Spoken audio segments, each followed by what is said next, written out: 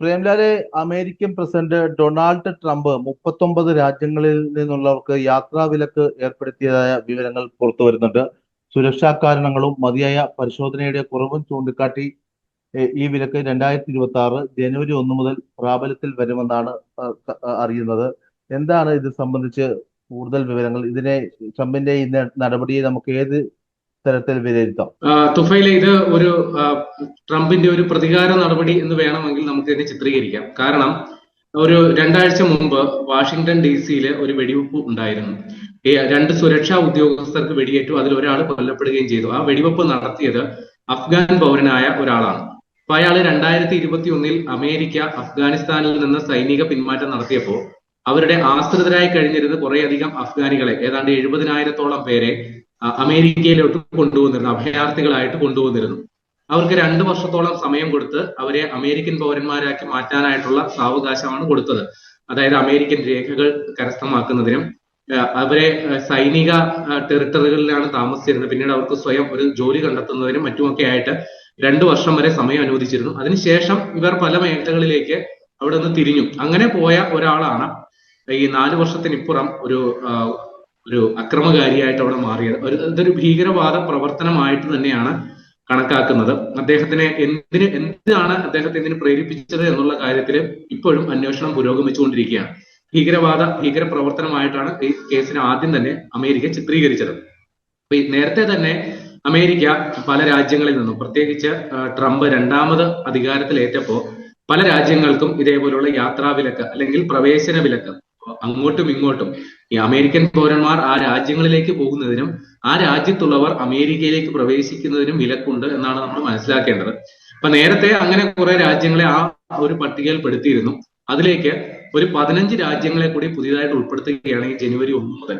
അതോടുകൂടി ഈ നിയന്ത്രണമുള്ള രാജ്യങ്ങളുടെ എണ്ണം എന്ന് പറയുന്നത് 39 ആയിട്ട് മാറും എന്നുള്ളതാണ് മനസ്സിലാക്കേണ്ടത്.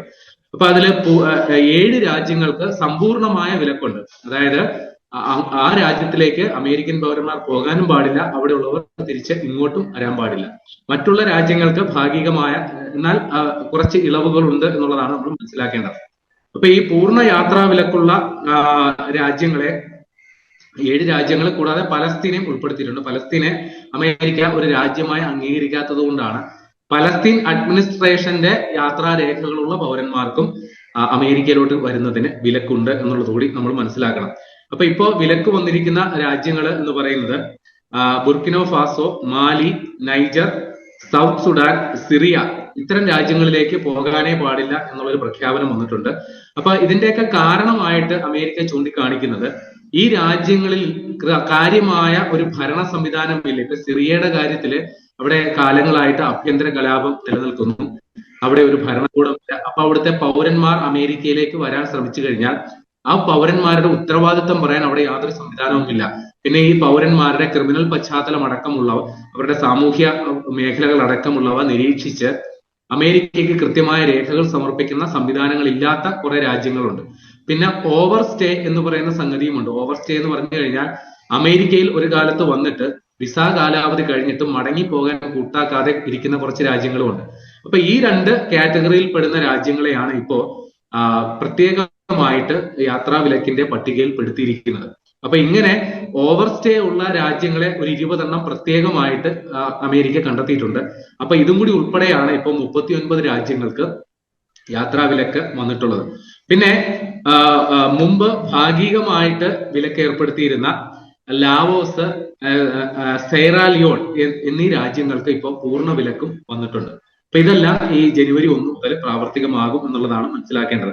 അപ്പൊ ഇവിടെ നമ്മുടെ അമേരിക്കയിലെ ആഭ്യന്തര സുരക്ഷാ വകുപ്പ്, homeland security secretary Christine Noem, അദ്ദേഹം കഴിഞ്ഞ ദിവസം പ്രസ്താവന നടത്തിയിരുന്നു.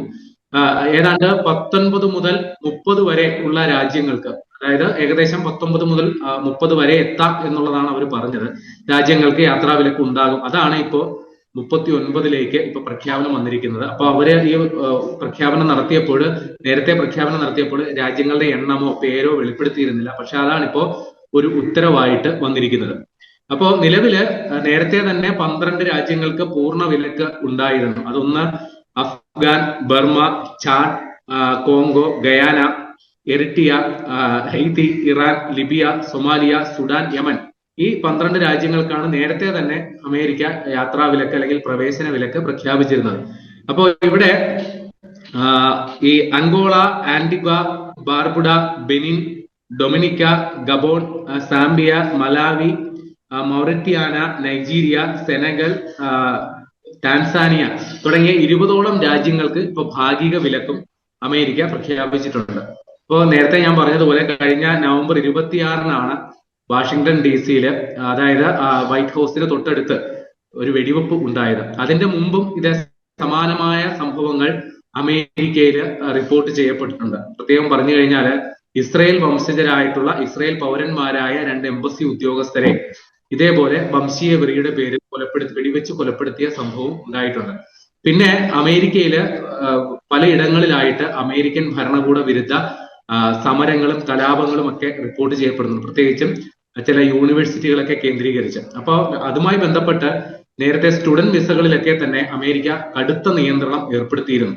അപ്പൊ അതിന്റെ തുടർച്ചയായ രീതിയിലാണ് പുതിയ വിസ നിയന്ത്രണ ചട്ടങ്ങൾ വന്നിരിക്കുന്നത്. ഇതുകൂടാതെ അമേരിക്കയിലെ ഈ സോഷ്യൽ മീഡിയ വെറ്റിംഗ്, അതായത് ഈ അമേരിക്കയിൽ കുടിയേറിയവർ അവര് നടത്തുന്ന സോഷ്യൽ മീഡിയയിൽ നടത്തുന്ന ഇടപാടുകൾ, അവരേതെങ്കിലും നിരോധിത സംഘടനയുടെ ആശയപ്രചാരണം നടത്തുന്നുണ്ടോ, ഏതെങ്കിലും ഈ വിപ്ലവ സ്വഭാവങ്ങൾ അല്ലെങ്കിൽ പ്രകോപനപരമായിട്ടുള്ള കാര്യങ്ങൾ സോഷ്യൽ മീഡിയ വഴി പ്രചരിപ്പിക്കുന്നുണ്ടോ, ഈ കാര്യങ്ങളെല്ലാം തന്നെ അമേരിക്ക സസൂക്ഷ്മമായിട്ട് ഇപ്പോൾ വിലയിരുത്തുന്നുണ്ട്.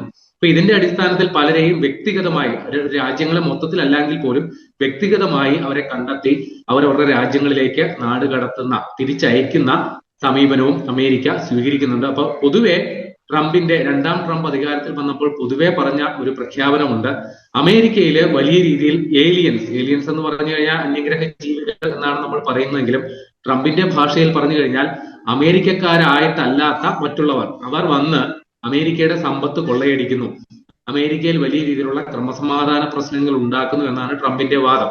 അപ്പൊ ഇത് പ്രകാരം അദ്ദേഹം ഈ കുടിയേറ്റ നിയമങ്ങളെല്ലാം തന്നെ പരിഷ്കരിച്ചിരുന്നു. അതിന്റെ ഭാഗമായിട്ടാണ് ഇപ്പൊ ഏതാണ്ട് ഇന്ത്യയിലോട്ട് മാത്രം ഏതാണ്ട് 5000-നടുത്ത് ആൾക്കാരെ മടക്കി അയച്ചിട്ടുണ്ട് എന്നുള്ളതാണ് വിവരം. ഇപ്പോ മെക്സിക്കോ എന്ന് പറയുന്ന രാജ്യത്തേക്ക് 1,00,000-ലധികം പേരെ മെക്സിക്കൻ പൗരന്മാരെ അമേരിക്ക മടക്കി അയച്ചിട്ടുണ്ട്. അപ്പൊ ഇതിന്റെ ഒരു തുടർച്ചയായിട്ട് കൂടിയാണ് ഈ പുതിയ വിസ നിയന്ത്രണ ചട്ടങ്ങൾ അല്ലെങ്കിൽ പ്രവേശന വിലക്ക്, യാത്രാ വിലക്ക് പോലെയുള്ള നടപടികളിലേക്ക് അമേരിക്ക കടക്കുന്നത് എന്നുള്ളതാണ് മനസ്സിലാക്കേണ്ടത്. ഇതെല്ലാം അമേരിക്കയുടെ ഒരു സുരക്ഷാ മുൻകരുതലിന്റെ ഭാഗം എന്ന രീതിയിലാണ് ഔദ്യോഗിക വിശദീകരണം വരുന്നത്. കാരണം അവിടെ നിരന്തരമായി ഇത്തരത്തിൽ ക്രമസമാധാന പ്രശ്നങ്ങൾ ഉണ്ടാകുന്നത് അമേരിക്കൻ പൗരന്മാരുടെ സുരക്ഷാ ആശങ്ക വർദ്ധിപ്പിക്കുന്നു. അതിന് പരിഹാരം എന്ന നിലയിലാണ് ഇത്തരം നടപടികൾ എന്നുള്ളതാണ് ഔദ്യോഗിക വിശദീകരണം.